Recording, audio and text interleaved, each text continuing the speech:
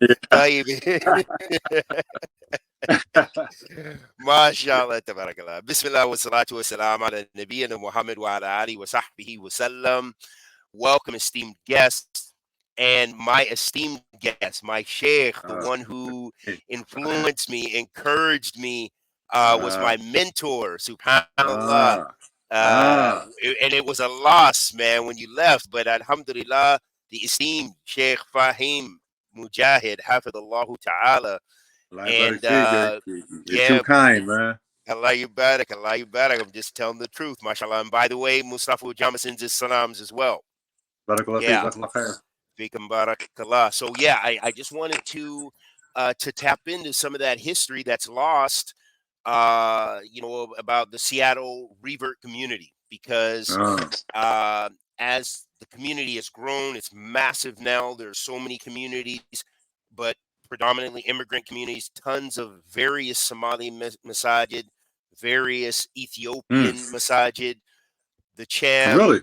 Yeah, it's so very diverse, but still, there's like almost no dawah compared to those days when we had a community, when we were in the streets, as youngsters and trying to do our work. So I'd like to get your take, your unique insight. First and foremost, a little bit about yourself, how you came to Islam, whatever you feel like sharing.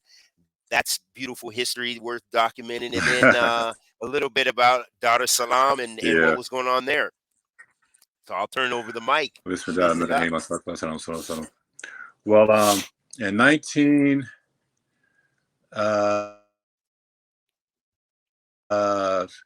on the streets in Islam, all that was on the streets were the Ansars, the 5%ers, and the nation. There may have been some Tablighi around, but I didn't see them in Brownsville, which is the area of Brooklyn I was raised on, that I'm from.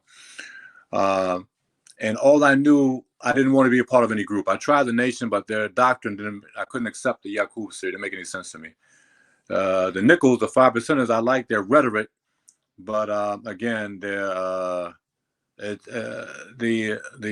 science part of it, it didn't make sense to me. I wasn't going to be an Ansar because that was the Imam was the one who selected a wife for you, and I wasn't interested in that. So what happened was I joined the Marine Corps, and I was stationed in Okinawa, Japan.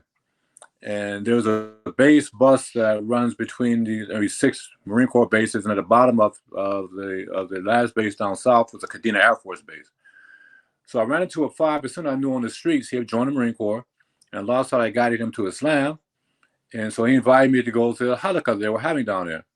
Now at the time I already thought I was a Muslim. I mean, I had one of those huge brown Yusuf Ali Qur'ans. I had a real hot wool kufi. I know nothing about the Sunnah. Nothing about ibadah, anything, but I thought I was in. I wasn't eating pork. I wasn't getting high. So he invited me down to the halaqah, and I wasn't interested because I thought I was already Muslim. So one Sunday I was washing my clothes, and I was bored, so I got on a bus and I went down there, and there were 5 Marines, and the Imam was in the Air Force stationed down there. And as a result of which, Allah started guiding me to Islam. It just so happened that he was a part of the Dar es Salaam movement, the Masjid that was in Norfolk, Virginia. He was a part of that. In addition to entering Islam, we also entered the Dar es Salaam movement through him. Subsequently, 4 of us rotated back to the States, to Camp Lejeune, North Carolina. It was my last year, and so I went back to Brooklyn. I fell right in with Yasin Masjid there, which is Dar es Salaam Masjid. And Dar es Salaam, alhamdulillah, it was about establishing the Islamic State in America. That was the political side of it. And the way the minhaj was, you would send, say, a city like Baltimore, you send 2 or 3 brothers there, they get an apartment, and that would be the musalla. From there, they would start making da'wah. As that grew, the numbers grew, they would go from that apartment to a storefront, and to a house or whatever. But the objective would be to establish a full-fledged masjid. But that's how we would start out. And this was done all over, up and down the East Coast in particular. We had a masjid in LA at one time, but the majority of them were on the East Coast. That movement dissolved and was broke up when Jilani came from doing the jihad in Afghanistan. He came from Pakistan or India, recruiting fighters to go to follow him, and that split Islam in half. You know, those half of them went with Jilani, the other half reorganized under the leadership of the Sheikh Sulaiman al-Hadi, who was one of the last poets. He was a national imam. That lasted maybe 1 or 2 years. Wow. Now, then Hafizahullah, he's out on wine dance. Masjid Allahu Akbar, I think it is. Then, but that didn't last long before Imam Jamil al-Amin took over the national leadership of the movement. Okay. And at the same time, so that was actually Dar es Salaam. So he was part of Dar es Salaam then. Who? And then it became his own Jamil al-Amin. Imam Jamil? Yes, he was down in Atlanta at this Masjid there, but he was a part of Dar es Salaam, yes. Okay. And at the same time, this was going on. Dawat al-Salafiyya had really kicked up between. It was spearheaded in Newark, New Jersey. Abdullah Makawi, Hafizahullah, was teaching around the back of Branford Place Masjid. They called it Hijra magazine. So I would go there every Saturday from Brooklyn to there and sit with them, study with them. We were visited sometime, but Dawood Adi would come sometimes. Abdul Hafiz from Philly, he and a brother named Saifullah, they came sometime. But that's where it got kicked off. And it was really, really aggressive and really, really nice, man. And Newark was, mashallah, was really, really wonderful there. The brother, this was in the 80s. Wow, so that was well before he well before coming to Seattle and everything. I didn't know you had really introduced to the Dawah like that. Allahu Akbar. Yeah, I came to Seattle at the end because from there, the jihad in Afghanistan had kicked off, and the Salafi group that was fighting Jamaat al-Quran wa Sunnah, they wrote a letter into us, Al-Hijra, for us to publish. So we were sitting around chatting one day, a group of me and some brothers from Jordan, and we're talking about jihad, how we would love to go. And so I said, well, I'll go. And he said, you go? I said, yeah, I'll go. So, okay, get your passport, and we'll take everything else. So I did that. And we contacted the brothers, the Salafi group in Pakistan, and they met me at the airport in Karachi and took me to Peshawar. Because Peshawar is where they had all the guest houses. All the groups had guest houses in Peshawar. And when I went over there as a Westerner. I had I remember as it was yesterday, a pair of die-hard boots, jeans, Carhartt shirt in the summertime. So the first thing the Sheikh had me do, he had them take me to the souk and get hooked up with the pantalon, the Pakistan shalwar kameez and everything. And the ships had the rubber tire for the sole and leather straps. From there, I mean, the Salafi group, there was one of the Salafi group. There was one Salafi group, Jamaat al-Quran group, bunch of young Saudi brothers, you know, and they had a hostel, and maybe four different hostels there, and different groups would go to Jebha on different days. Like if I wanted to go on a Tuesday, I would go with a different group if our group wasn't going on that Tuesday. Maybe our group was leaving Balasat the Jummah on a Friday, you know. But Jebha, subhanAllah, was a wonderful experience because when we weren't actively engaged, there was always a Talib al-Ilm that was, you know, we were in a cave and he was given a halaqah. Majority of them were from Kuwait and Saudi. And this is how we spent the time, either going in. It was the Afghan communists at that point. All the Russians were gone. So it was the Afghan communists. And they were kuffar because the way that the Russians would accept them into the Communist Party, they had to step on a copy of the Quran. That's how they entered the Communist Party. Fast forward, came back to America, alhamdulillah, and went home to Brooklyn for maybe a couple of months. Then I wanted to go to I wanted to visit the West Coast. And as a youngster, I had in my back of my mind, before I settled down, I always wanted to see different places. I never wanted to live someplace, visit someplace else, and wish I lived there. So I had never been to the West Coast, and I had no connects on the West Coast. So I decided to go to Seattle for some weird reason. I have no idea what made me go to Seattle. But I ended up in Seattle. When I got there, there were three major masjids going. There was Northgate Masjid, the Cham had a masjid, Wafdi Muhammad, they were meeting at the Islamic school, and CTAC, maybe. CTAC, yes. CTAC, Barakallahu Feek. CTAC was there. But as far as the Americans are concerned, we were meeting, we started having halakha, Dawat Salafis halakha with the book, General Precepts of Beliefs in Kitab and Sunnah, written by Abdul Khalik. What's his name? Okay. Abdurrahman Abdul Khalik. Hey, now, from Kuwait, Kuwaiti Sheikh. Yeah. So that's what we had to use. That's what we started teaching them. But then the Cham, they didn't like us, hanging out in the masjid. So what they would do, they would flick the lights on and off, SubhanAllah, and invite us to leave. So wow, we went from there to an apartment. One bedroom apartment. We would have halakha once a week there, and then something wonderful happened. I was during the same period of time I was associating with the Somalis and Ethiopians, in particular Hassan Farah, who was a businessman, and Muhammad Mu'alim, who was again a businessman for the Habashi. Yeah. And so the three of us had some shade. Hassan Farah had a little tea store. So we sat together. And the Somalis, their interest was they wanted a daycare. They wanted a daycare. That was their interest. Muhammad Mu'alim, they wanted a school. And we wanted a masjid. So we said, well, the masjid should be the focal point of all these activities. So let's establish a masjid. And that's when we rented the place. It was a storefront right next to Hassan Farah's tea spot. Yep. And only because I spoke English better than they did, they asked me to be a man.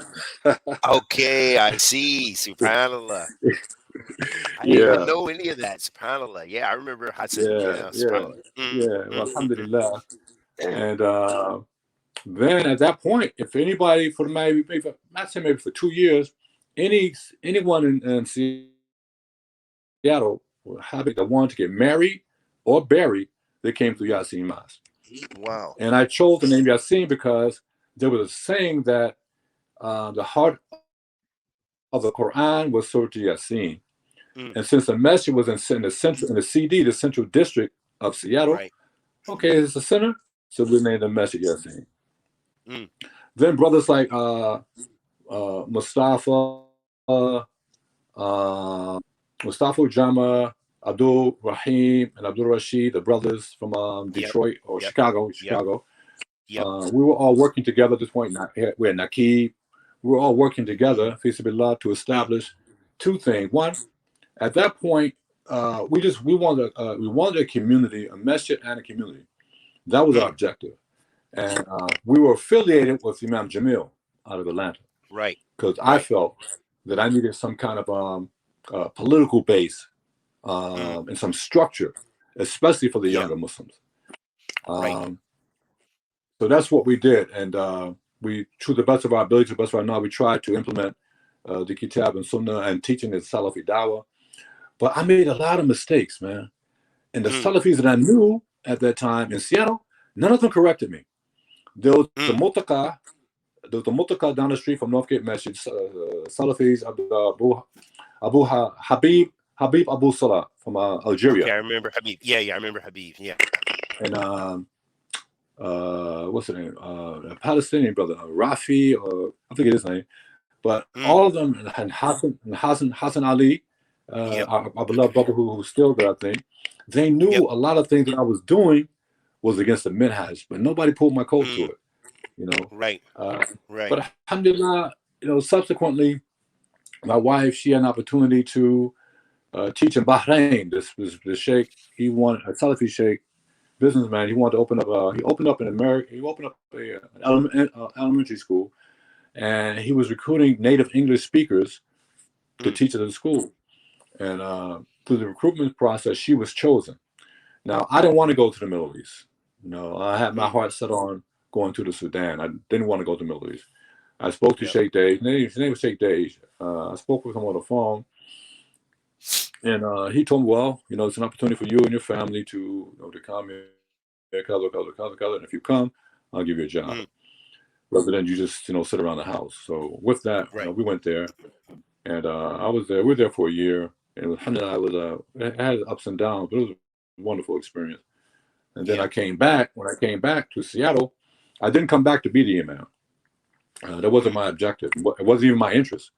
But what was done in my absence had rubbed the Somalis wrong, to the extent that they were considering physically making moves against the brothers who were there. Two elders from the Somalis reached out to me and invited me to a meeting in one of the projects, and they told me what was going on and what they were planning on doing. So to this day, I don't remember how I did it, but I ended up back in the leadership of that masjid. And by that time, they had moved to a different location. So when but alhamdulillah, from Yasin to the other one, forgot. So it was Yasin Masjid, and then a few blocks up the way. Nah. It was still Yasin with a different location. They changed the name though. Really? Yasin. Yeah, because I thought you were the imam there but that's when you went to Sudan shortly thereafter. Remember the Mecca Cafe, that little Afrocentric cafe they used to have and stuff like this. Was across the street. Okay. I thought, I could have sworn you were around for a little bit at that time. That was the second time I left then. Dar es Salaam. You guys established Dar es Salaam or Yasin? No, Yasin. Yasin. Okay, so then it was Dar es Salaam is the masjid. That was a masjid on 23rd and Madison. Okay, so when I left the second time to go to the Sudan, that's when he did all of that. So when I came back, it was still Yasin Masjid. Right. Okay. From Bahrain, yes. Right. So, a lot of madness jumped off at that time, but yeah. But alhamdulillah, the first khutbah that I gave there, I was allowed to correct the errors that I made, which is it was rahmah from Allah subhanahu wa ta'ala, before I'm held accountable. And that was a wonderful experience. Right. But everything else is the other brothers who were there. Yeah. You kind of went out your video. Yeah, I was saying everything else was in the hands of the brothers who were there. Right. I think, and I went back to Seattle to see my children that were there. Maybe 15 years ago, and I was treated like a rock star. Because everybody I remember from that, they were like kids. We had we took the kids to the Key Arena for the monster trucks. Mahmoud Abdul Rauf came by the masjid one time and gave them little NBA socks. I mean, they remembered these things. They were kids. Right, subhanAllah. They were fighting. The taxi drivers were fighting to see who gave me a ride. Allahu Akbar. But you're right, Diani. The Masjid. I think I may have even spoke to Naqib. I spoke to Naqib when I was there. Okay. So much had changed, but the Ikram was still there. They still, alhamdulillah, they appreciate things that we did, and it was. I was offered. Let me go on in closing. There's a brother Abdul Aziz at Tamimi, a Saudi brother. He was going to the Seattle University. He had a vacant old folks home. It was huge, and Yasin Masjid, and we got my 501(c), a federal tax exemption from the federal government. And the reason I got that is because I saw there was a food bank.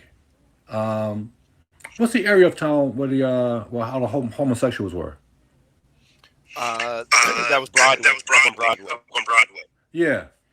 So there was a food bank up there. Capitol Hill. Yeah, Capitol Hill. There was a church giving out free food, and I drove past it one day. I saw a lot of Cham sisters and the Somali sisters there.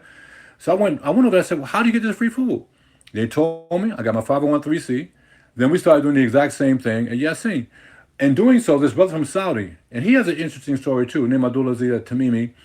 Uh, when he was deciding to come to America, he was invited. He was offered a soccer scholarship from Yale University. But when he was deciding whether to take it or not, he asked the travel agent in Riyadh. He said, "I want to go to America, anywhere where there's no black people." This is me telling him telling his story. So the travel agent said, "Well, there are black people all over America." And he said, "Well, how about Seattle?" So make a long story short, he ended up coming to Seattle, and he was sitting in a SeaTac airport because he spoke no English. He didn't know where to go, what to do. He was crying, sitting in the airport. This black man with a big afro walks by, recognized him as being Arab, and started speaking to him in Arabic. Wow. And as it turned out, the brother had just returned from Saudi. He was teaching English over there, so he knew Arabic. So he was able to help Abdulaziz navigate and find his way.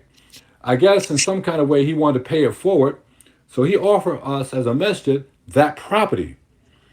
And I had everything laid out, everything. The floor for the musalla, teaching, because the Somalis, they were getting money from the Fed for childcare. They were getting money for ESL classes. I was going to have my wife teach ESL. We're going to take the money, both dollars from the government, and rotate them. Rotate it through the masjid. Have one sister take English class on a Tuesday. Another sister watch her do childcare and watch her kid, and then flip it back and forth like that, for instance. So we're taking $2 from the Fed and circulating within the community. And another floor for the musalla. I had it all laid out, but my weakness was I didn't have anyone to run it in my absence.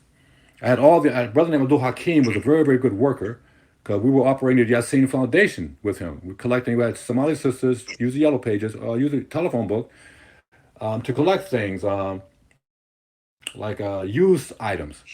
And we're going to, we're on Samad, we're going to hook up a storage unit for us. We're going to collect all that stuff. If we're clothing, we're going to wash it, dry, whatever.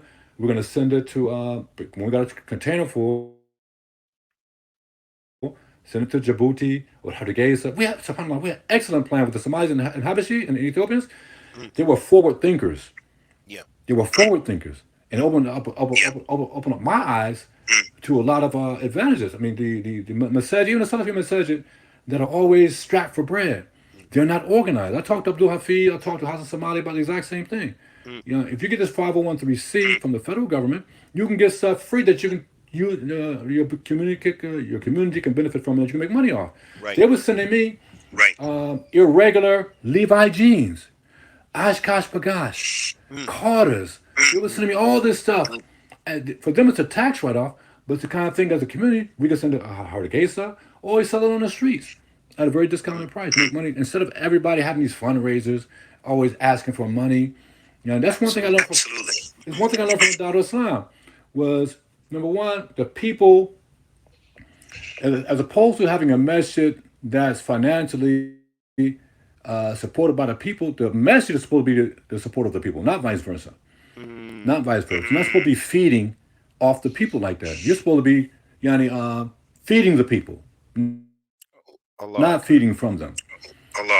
And I'll share another experience for you before I close. I was in Bahrain, and this brother named Yusuf, a Bahraini who was involved with this dawah program called Discover Islam. He told me that some brothers from Abu Mujahid, who just passed, from LA, Farid Abdullah. Oh, no. There were two brothers coming from his masjid to Bahrain. They wanted to raise money for the school there in LA. He invited me to come because I'm English, I speak English, whatever. So I go and I meet them, and maybe 3 days later after they left, I asked Yusuf, I said, and this is a very, very important point here. I asked him, I said, how much money did they collect? Because the Salafis were big-time businessmen in Bahrain. Although it's majority Shia state, the Salafis are very, very strong there. Majority Shia. The Salafis are very, very strong there. And they're very organized, and they have a lot of they're very wealthy. So I said, how much money did they collect? He told me they decided not to give them anything. Wow. I said, why? Wow. He said, because they figure if their own people won't support their schools, why should they? SubhanAllah. And that was, yes, it makes perfect sense. Right. Why are you coming all the way over High-powered. to Bahrain, you know, to raise money for your school, for your children, and you and your people won't support it? But see, and that was an eye opener for me, you know. Yeah. So that's my story. I'm sticking to it, Shay. All right. You're innocent. No matter how much you cross-examine me, I'm sticking to that story, man. That narrative, man. Yeah, Allahu Akbar. There's a big echo right now, and your camera is off. It's off? Yeah, it's just a black screen for some reason. And then there's an echo on my voice. I don't know what's happening. But anyhow, mashallah, tabarakallah, that you actually shared so much that I really didn't know and filled in a lot of gaps.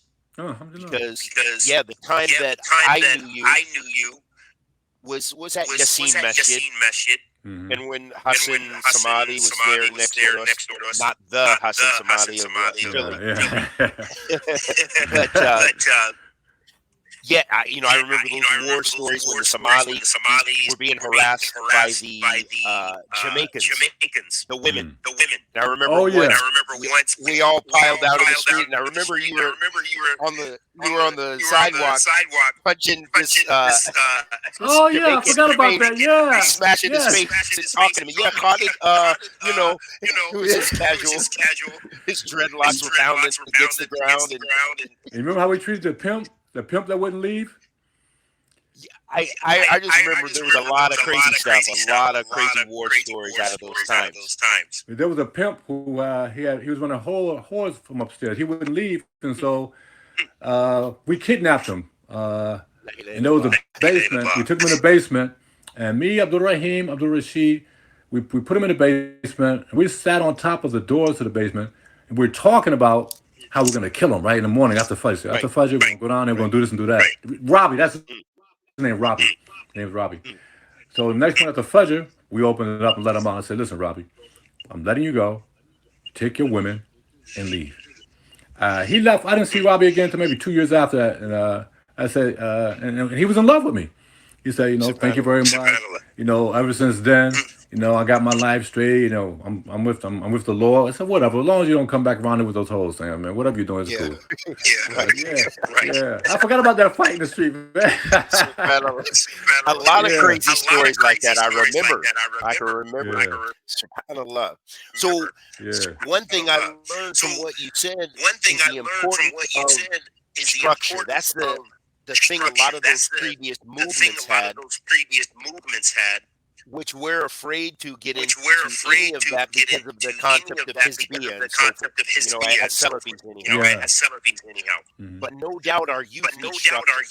Muslims need structure. Even the other youth need structure. I hate this echo, but is it echoing on you? Yes, it is. It is, but it's not disturbing. But yeah. So what would you say to communities now to deal with it? Like Seattle, for example, the Somalis are in gangs, they're killing each other. Like literally, I think in the past month there's been several killings between the East Africans in a hookah lounge. A Muslim girl was in there, she got killed. Wow. It's just off the hook. It's like the killing fields up here now. Wow, subhanAllah. Yeah. Well, I think the responsibility, you have the same disconnect here in Philadelphia. A disconnect between the youngsters and what they call the old heads, even in the Muslim ranks. It's sad because like you hit the nail right on the head. The Salafis are paralyzed. They're afraid of organizing. And Sheikh bin Baz said that we should, even if one of us, there's nothing wrong with one of us having an amir. There's nothing wrong with being organized. And there's so much emphasis on pigeonholing people, and there's not enough emphasis on organizing. And there's so much more you can accomplish, but they're afraid of organizing. You have all these different Salafi Masjid. Maybe there have to be 7 of them in Philadelphia. Not one of them they're not doing anything centralized. Not AIDS, not zakat. Nothing is centralized. And it's for petty reasons. But one thing I was thinking about it and said, but there's a common denominator between all these brothers who are doing all this, except for Abdul Hafiz. He's the only one that, in my opinion, is a quote unquote old head. So I'm gonna put him outside my this comment. All the rest of them are from the same generation. If they're they're Americans, the ones that are Americans, they're from the same generation that was dominantly run by women. Every position that they're taking that I'm aware of is emotional. They cloud it or they disguise it as being doctrinal or scriptural. But when you peel it back and talk to them individually, it's emotions. It's their feelings. The reason they can't resolve anything, the Masjid comes and says, listen, squash this, resolve this. They won't. Why? They haven't. Why? Because of their feelings, their emotions, And they want to have one message has a school. They have to beg for students. Why? They've ostracized all the people. Why? Because of emotions. Everything about it, and yet they're marrying, they're having children, and my children are caught up in the exact same nonsense because they're here, and inshallah, we're trying to raise them to the best that we can. It would be much easier if everyone were on the same page. But this generation, they're not thinking about. They don't understand the value of organizing and working together. You don't have to take bayat to be organized. Right. It's not Ikhwani. They don't have Ikhwani does not have they don't have a monopoly on being organized. It's crazy. It really is. And that's the only thing that I see here in Philadelphia. That's the main weakness, the failure to organize. They just divided the main Salafi Masjid who had Eid together in North Philly. They just broke that up just past Eid. Why? Because of feelings. Somebody said something that was made a statement against another imam. Okay, his feelings got hurt, so he doesn't want to pray start the Eid with the other brother who made the statement. So he's going someplace else. It's crazy. It makes absolutely no sense. Devastating those communities and keeping them stagnant. Yes, and keeping them poor. Keeping them poor and stagnant. Every other group in Philadelphia is flourishing. You never hear of any nonsense. All you see is progress.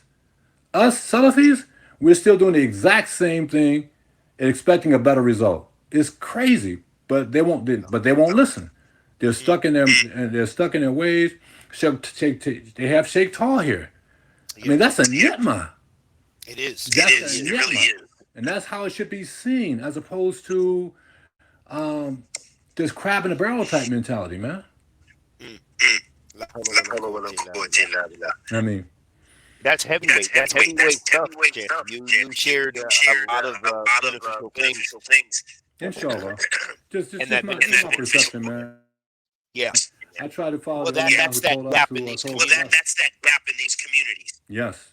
Not relying on the experience. Yeah. Absolutely. And you have I'll give you another example. Because of the violence that was in close proximity to the Masjid in Germantown, they had announced they were going to start security patrols in the neighborhood. I live within 2 blocks of the Masjid, so I would have benefited from it. But I reached out to them and I told them, don't do it. For 2 reasons. One, it had been tried and done in Brooklyn. On the Yasin Masjid in Dar Islam, we tried it. The same thing was done in Atlanta.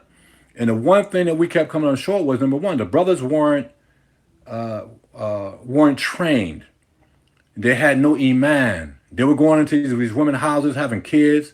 Brothers who were doing the right thing and following the instructions of the leadership, they get locked up. Nobody's going to pay their rent for their women and children. Nobody's going to pay for a lawyer for these brothers. Nobody's going to post their bail. So the brother is stepping out there in the streets for the sake of Allah, doing the right thing that he's being called to do by the leadership, but the leadership doesn't have his back. So I told them that they shouldn't. If they're not willing to go all the way with these brothers, don't do it. I don't know if that had anything to do with them not doing it, but alhamdulillah, they didn't do it. you know, on the level that they were talking about. They had, you know, a little something about, no. And that's the benefit of having experience among you, if you listen. Before Imam Jamil was snatched up, he told me, he was my guest at my house in Seattle. I brought him there for a seminar, for a whole weekend. He told me that he, Wafdi Muhammad, and Muzamil Siddiqui had agreed, Khalid, they had agreed to establish a Hajj office in North America. The three communities coming, you know how much wealth that would have generated? All the Hujjat from North America going through one office. Because that's how the Muslim countries run it. They don't come over there as individuals. There's a Hajj office. And we had a brother from Seattle who was a pilot. We could have chartered a plane and flown our own plane over there. It was laid out. Then what happened to Imam Jamil? They snatched him up. Wafdi Muhammad, he died. I don't know what Muzamil Siddiqi's state is. But yeah. But this is how older leadership thinks. Progressively. You know, forwardly. Instead of small petty squabbles. You know what I mean? Instead of, you know, playing for peanuts. You know, we got women and children involved in this thing. You know? Yeah. Well, Yeah. On the last note, with Sheikh Imam Jamil Alameen and those movements, you know, they were about going forward, and they asserted themselves in those communities. Yeah. Because I recall I went to a conference in Oakland, and I met with the Sheikh and another local imam from Compton, California. So we drove together to visit his brother's house who had been shot up, and his cousin was killed. And so Jamil Alameen, you know, we're in the living room, and he says to the local imam, he says, you know, tell these brothers, these gangsters, that they either pay blood money or we're having their heads. So there was a different type of movement, but there was also that, you know, some of the things that we probably can't navigate like that in American society. You know what I mean? That can cause a greater harm if it backfires, obviously. We've seen that countless times too. But again, a lot of those old communities in the African American communities were established on blood. You know, they were established on movement and trying to make a move. But their weakness, the last Riyadh that I went to was in Cleveland. Imam Mutawaf hosted it. Okay. And the imams, we have the imams meeting. And this is really what this turned the page for me with the daughter of Islam at that point. Each imam, there was a national treasurer. The national treasurer gave his report. Now we're talking about, at that time, Wallahu Alam, that might be, say maybe 13 or 14 masajid under Imam Jamil's leadership. And when the national treasurer, who's in charge with collecting the zakat and so on and so forth from all the masajid over the country, when he gave his report, Khalid, Ustaz, you know how much money it was in the national treasury? None. No money. And I was like, so I said, Imam. I raised my hand, and then I said, may Allah forgive wrong if I'm misstating what I said. I know I said, you know, Sheikh, with all due respect, how can we do anything without money? How can we accomplish anything? We have all these plans in the world. You're talking about, you know, a school needs money in this one city. Imam is sick in another city, needs some money for his family. We have no money. All this reactionary crisis management type.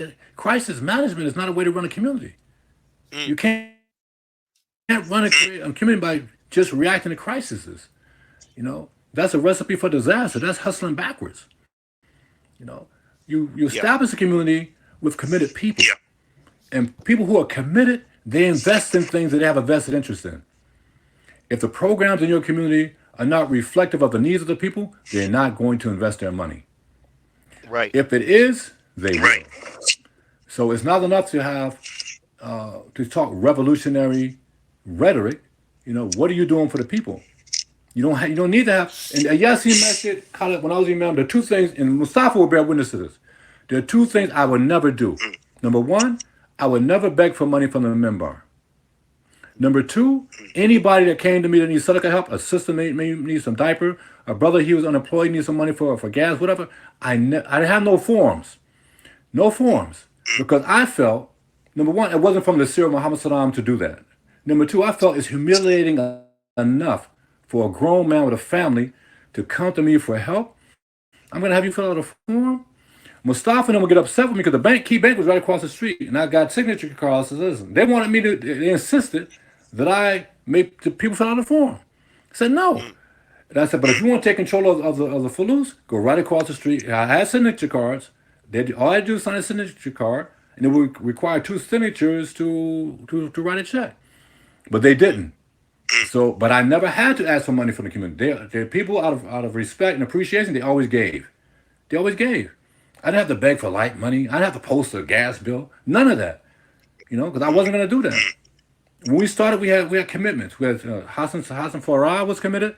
Muhammad Muallim was committed. I was committed. We had the basis to keep the masjid open. So there was no need for me to beg, alhamdulillah. When we had an Eid, I had maybe, that's when Shakira, it was 3 sisters, I had maybe 6 new shahadas. A brother named Hussein, Somali brother, took me to Vancouver. I wanted to raise money. I wanted to have the big Eid. I went to the Somalis in Vancouver, BC. He took me to a muhadara, yani, and they had a big Somali sheikh from Saudi who came there. We go into this warehouse, called it. It's maybe between 30 and 40 brothers sitting around the edge of the room. And only one brother was going around pouring shade for everybody. And so I said, Hussein, which one is the sheikh, this big sheikh? He said, he's the one that's pouring the tea. I said, what? SubhanAllah. And they gave me some falus to take back to Yasin Masjid to have a big Eid for my new shahadas. You know what I mean? And that's the kind of SubhanAllah, man. Yeah. But again, forward thinking. Having a community based on economics.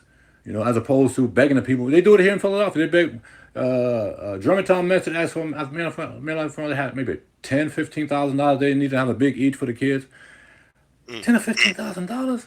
You have parks and playgrounds. You don't need the kids don't need all these. They don't need all this kind of bread for. No, I get the sentiment, I get the feeling, but it's not forward thinking. It's not forward thinking. That's emotional thinking because you want the kids to feel good and we want them to feel right. But again, there are cost-saving ways to do that. You don't have to have something. You don't have to beg like that. But inshallah ta'ala, I mean, this is the first time I got to talk about these things because nobody listens to you in Philadelphia. If you're not, if you don't drink the Kool-Aid, they don't want to hear from you. Well, you're always welcome here, Sheikh. Barakallahu feek. I appreciate you, man. Good to see you. Allah bless you, man. You come a long way from those dreads and those mountain bike. Yeah, I still got the mountain bike, man. But I tore my Achilles tendon. Just wait till I get back in action. I'm gonna be on those mountains. I was telling a brother about your Yemeni story you shared with me when you were in Yemen and studying for the sake of Allah subhanahu wa ta'ala, and you went to the hammam. And you got caught in the hammam because of some wild dogs out there outside the hammam. Some hyenas out there, man. There's hyenas. Yeah. In the match, Yeah. By fact, man, I think it was maybe 2 days ago I shared that story with some brothers. So yeah, this was Stars right now. Yeah, I remember. Yeah. Yep. Alhamdulillah. Well, Sheikh, I'm gonna end it because I don't know how this StreamYard goes. But this was a pleasure. Jazakallah khairan. And we'll be in touch. And we'll do it again. Hopefully with a better connection. We'll have to work out the internet. I don't know if that's from your side or what. It's wonderful seeing you, wonderful hearing you. Inshallah, I love you for the sake of Allah subhanahu wa ta'ala, and I loved you before when I didn't even know it was for the sake of Allah subhanahu wa ta'ala. I just loved you for your personality. Man, you've always amongst the Shabab, you were exemplary. You were exemplary. You weren't from the streets. You weren't from the streets. You weren't from the hood. You were quality. You were a quality personality, and Allah Ta'ala bless you to grow. And it's out of His rahmah that I'm able to see before I'm in the grave what Allah bless you to become. Alhamdulillah. I mean, Allah Ta'ala keep you, man, preserve you, inshallah ta'ala, and bless you to get 4 wives and 25 kids, inshallah. I don't know about 25 kids, maybe we'll go to 4 wives, but خير ان شاء الله and شيخنا the بارك الله money to be فيك. able to take care of it. جزاك الله خيرا. نعم خير ان شاء الله. السلام بارك عليكم. الله فيك. السلام ورحمة وعليكم الله السلام. وعليكم السلام ورحمة الله وبركاته.